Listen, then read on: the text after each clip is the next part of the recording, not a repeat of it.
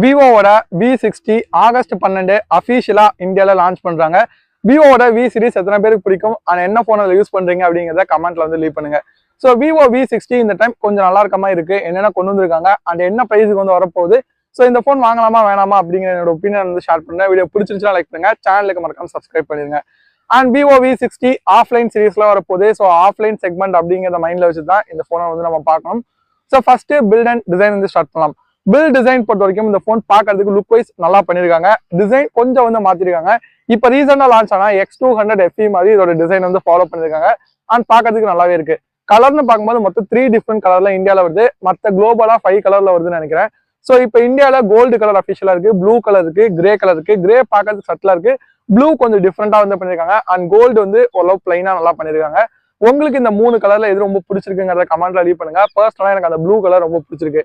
So வெயிட்னா பார்க்கும்போது 192 gram இருக்கு, thickness வந்து 7.3 mm இருக்கு, ஸ்லிம்மா கொடுத்துருக்காங்க. இந்த ஃபோனோட டிஸ்பிளே 4 சைட்ல இருந்து கர்வ் ஆகும். ஸோ அதனால உங்களுக்கு கையில எடுக்கும்போது அந்த எக்ஸ்பீரியன்ஸ் இன்னும் கொஞ்சம் நல்லா இருக்கும். ஸோ ஒரு சாலிடான பில்ட் குவாலிட்டி வந்து எக்ஸ்பெக்ட் பண்ணலாம். பின் பக்கம் பார்க்கும்போது ஒரு கிளாஸ் மாதிரி தான் வந்து இருக்கு. சைட்ஸ் வந்து மெட்டல் ஃப்ரேம் வந்து கொடுத்துருப்பாங்க. ஸோ ஓவரால் நல்லா பண்ணிருக்காங்க. அண்ட் டிஸ்பிளேவோட ப்ரொடக்ஷன் பார்க்கும்போது அவங்களோட அந்த ஷார்ட் சென்சேஷன் ஆல்ஃபா வந்து யூஸ் பண்ணுவாங்க. ஸோ ஓவரால் பில்டுன்னு பார்க்கும்போது நல்லா இருக்கு. அண்ட் IP68 69 ரேட்டிங் வந்து இருக்கு. ஸோ தண்ணிக்குள்ள போட்டாலும் பெரிய ப்ராப்ளம் இல்லை. விவோவும் ஒரு சின்ன சின்ன கிளைம் வந்து வச்சிருக்காங்க. பட் ஜஸ்ட் வந்து ஒரு ப்ரொடக்ஷனுக்காக இதை வந்து பார்க்கலாம், நல்லா பண்ணிருக்காங்க. ஸோ ஓவரால் இந்த ஃபோனோட பில்ட் குவாலிட்டி அண்ட் டிசைன் எல்லாமே ஓரளவுக்கு நல்லா இருக்கு. அண்ட் நெக்ஸ்ட் இந்த ஃபோனோட டிஸ்பிளேன்னு பார்க்கும்போது விவோட V50ல இருக்க அதே டிஸ்பிளே எதுவுமே மாற கிடையாது. 6.7 இன்ச்சுக்கான AMOLED டிஸ்பிளே 1.5K ரெசல்யூஷன் இருக்கு. இதுக்கு SDR10+ சப்போர்ட் 470 ppi வந்து கொடுத்துருக்காங்க. அவுட்டோர் பிரைட்னஸ் பீக் பிரைட்னஸா SDR கனெக்ட்ல 4500 nits வரைக்கும் போக முடியும். நார்மலா 1300 nits வந்து இருக்கு. அவுட்டோருக்கு மேனேஜ் பண்ணலாம். விவோட V50ல டிஸ்பிளே எக்ஸ்பீரியன்ஸ் நல்லாவே இருந்தது. இங்கேயுமே அது வந்து எக்ஸ்பெக்ட் பண்ணலாம். அண்ட் நமக்கு ஸ்டீரியோ ஸ்பீக்கர்ஸும் வந்து கொடுத்துருப்பாங்க. மல்டிமீடியாக்கு அதுவுமே பெட்டரா வந்திருக்கு. நான் முன்னாடியே சொன்ன மாதிரி டிஸ்பிளே 4 சைட்ல இருந்து கர்வ் ஆகுது. பெல்ஸ்மே கம்மியா இருக்கு. அண்ட் பஞ்ச் ஹோல் டிஸ்பிளேங்கனால ஓவரால் மல்டிமீடியா எக்ஸ்பீரியன்ஸ் இன்னும் கொஞ்சம் பெட்டரா இருக்கும். டிஸ்பிளே நல்ல ஒரு ஸ்கிரீன் டு பாடி ரேஷியோட வந்து கொடுத்துருக்காங்க. பக்காவான டிஸ்பிளே தான், பெருசா குறை சொல்லிக்கிறதுக்கு எதுவும் இல்லை. அண்ட் நெக்ஸ்ட் இந்த போனோட பெர்ஃபார்மன்ஸ். இங்க ஸ்னாப் டிராகனோட 7 Gen 4 வந்து யூஸ் பண்ணிருக்காங்க. இப்போ ரீசெண்டா வந்த ரியல்மியோட 15 Proல வந்து நம்ம பார்த்துட்டோம். அதே ப்ராசர் தான் 4 nm வந்து பில்ட் பண்ணிருக்காங்க. AnTuTu ஸ்கோர் பாத்தீங்கன்னா நமக்கு ஒரு 8 lakh கிட்ட வந்திருக்கு. நமக்கு லாஸ்ட் டைம் யூஸ் பண்ண ஸ்னாப் டிராகனோட 7 Gen 3 கம்பேர் பண்ணும்போது இது ஓரளவுக்கு நல்ல ப்ராசர் தான். அதோட அடுத்த ஜென்ரேஷன் சொல்றாங்க. பட் பெரிய பெர்ஃபார்மன்ஸ் அப்கிரேட் வந்து கிடையாது, நார்மலா தான் வந்திருக்கு. கம்பேரிட்டிவா இப்போ இந்த Reno 14 இதெல்லாம் கம்பேர் பண்ணீங்கன்னா இதோட பெர்ஃபார்மன்ஸ் கொஞ்சம் கம்மி தான். பட் ஒரு ஸ்டேபிளான ப்ராசர். இதுல நீங்க மல்டிமீடியா எல்லாமே வந்து யூஸ் பண்ண முடியும், மல்டி டாஸ்கிங் வந்து பண்ண முடியும்.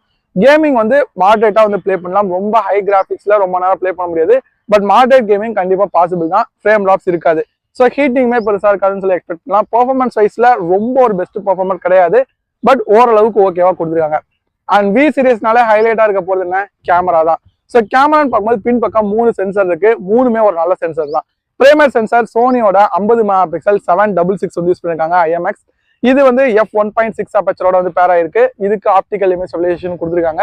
இது லாஸ்ட் டைமா விவோ V27ல இருந்து அதை விட இப்போ கொஞ்சம் பெரிய சென்சரா கொடுத்துருக்காங்க. அடுத்தது இங்க மெயின் ஹைலைட்டா இருக்கிறது 50 MP டெலஃபோட்டோ சென்சர் சோனியோட IMX 882. 10x வந்து ஆப்டிகல் ஜூம் வந்து கொடுத்துருக்காங்க. மேக்ஸிமம் டிஜிட்டலா 100x வரைக்கும் ரெக்கார்ட் பண்ண முடியும். நமக்கு இப்போ விவோ T4 அல்ட்ராலாம் பார்த்தா அதே சென்சர் மாதிரி தான் இருக்கு. அடுத்து 8 MP அல்ட்ராவைட் இருக்கு. ஸோ 3மே ஒரு நல்ல ஒரு யூஸ்ஃபுல் சென்சர் கொடுத்துருக்காங்க. இப்போதைக்கு ஆன் ஷீட் வச்சு பார்க்கும்போது இந்த போனோட கேமரா நல்லா இருக்க மாதிரி தான் ஃபீல் ஆகுது. 4K 60 fps வந்து ரெக்கார்ட் பண்ண முடியும். அண்ட் செல்ஃபிக்கு 50 MP கொடுத்துருக்காங்க. இங்கேயுமே 4K 60 fps ரெக்கார்ட் பண்ண முடியும். ஸோ கேமரா ஆன் ஷீட் பார்க்கும்போது ரொம்பவுமே ஸ்ட்ராங்கா இருக்க மாதிரி தான் இருக்கு. இந்த Reno 14 இதெல்லாம் கம்பேர் பண்ணும்போது ஒரு நல்ல ஒரு வெரைட்டியுமே வந்து இந்த ஃபோன் கொடுக்குது. அது போக AI ஃபீச்சர்ஸும் கேமரால இருக்கதான் போது விவோட அல்காரிதமே பெட்டரா கூட சொல்லி எக்ஸ்பெக்ட் பண்ணலாம். பொதுவாகவே V60 சீரிஸ்னு பார்க்கும்போது நல்லாவே வந்து இருக்கும். இங்கேயுமே நல்லா இருக்க மாதிரி தான் ஃபீல் ஆகுது. பட் மேபி ஃபோன் என் கையில கிடைச்சதுன்னா யூஸ் பண்ணி பார்த்து எப்படி இருக்குங்கிறத சொல்றேன். அண்ட் நெக்ஸ்ட் இந்த ஃபோனோட பேட்டரி. இப்போ விவோ நிறைய பேட்டரி இன்க்ரீஸ் பண்ணி கொடுத்துட்டு இருக்காங்க. இந்த V60ல 6500 mAh பேட்டரி 90 வாட்கான ஃபாஸ்ட் சார்ஜிங் சப்போர்ட் வந்து கொடுத்துருக்காங்க. பாக்ஸ்குள்ளே சார்ஜரும் வந்து கொடுப்பாங்க. சிலிக்கான் கார்பன் பேட்டரி தான் யூஸ் பண்றாங்க. அதனால 192 கிராம்குள்ளே இந்த 6500 mAh பேட்டரியும் 7.3 mm திக்னஸும் அச்சீவ் பண்ணிருக்காங்க. அது ரொம்பவே ஒரு நல்ல விஷயம் தான். பேட்டரி பர்ஃபார்மன்ஸ் ரொம்ப பெட்டரா இருக்கும்னு சொல்லி எக்ஸ்பெக்ட் பண்ணேன். ரீசன் இங்க உள்ள இருக்க சிப்செட் வந்து ரொம்ப ஒரு 4 nm ஓரளவுக்கு நல்லா இருக்கும். விவோட ஆப்டிமைசேஷன்லாம் வச்சு பார்க்கும்போது என்னை பொறுத்த வரைக்கும் ஒரு 2 டேஸ்க்கான பேட்டரி லைஃப் நான் எக்ஸ்பெக்ட் பண்றேன். ஸோ இது வந்து ரொம்ப பெட்டரா வந்து இருக்கும். சார்ஜிங் ஸ்பீட்லயுமே குறை வந்து கிடையாது. Software Android 15, FunTouch 15, 3 major update, 4 வருஷம் செக்யூரிட்டி பேட்ச் வந்து கொடுப்பாங்க. அதுவுமே ஓரளவு ஓகே தான். சாஃப்ட்வேர் இன்னும் கொஞ்சம் பெட்டர் பண்ணாங்கன்னா விவோ இன்னுமே பெட்டரா வந்து இருக்கும். உங்களுக்கு FunTouch பிடிக்குமாங்கிறத கமெண்ட்ல லீவ் பண்ணுங்க. அந்த AI ஃபீச்சர்ஸ் எல்லாமே இங்கேயுமே இருக்கும். சர்க்கிள் டு சர்ச், எரேசர் எல்லாமே இங்கேயுமே அப்ளிகபிள் தான்.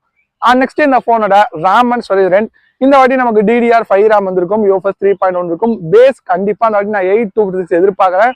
பட் 8/128 லான்ச் பண்ணுறது வாய்ப்பு இருக்கு. ஸோ இந்த போனோட பிரைசிங் பார்க்கும்போது லாஸ்ட் டைம் லான்ச் ஆன விவோ V50 பார்த்தீங்கன்னா 37,000 கிட்ட இருந்திருக்கு. ஸோ இந்த டைம் இந்த போனும் அதே பிரைஸ் தான் வரப்போது. க்ளோஸ் டு 40,000 கிட்ட தான் லான்ச் பண்ண போறாங்க.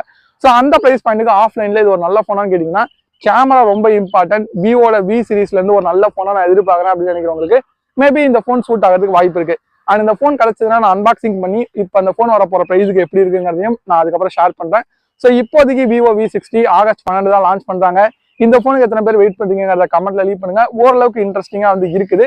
ஸோ வீடியோ பிடிச்சிருந்துச்சுன்னா லைக் பண்ணுங்க, சேனலுக்கு சப்ஸ்கிரைப் பண்ணுங்க. தேங்க்யூ ஃபார் வாட்சிங். பை.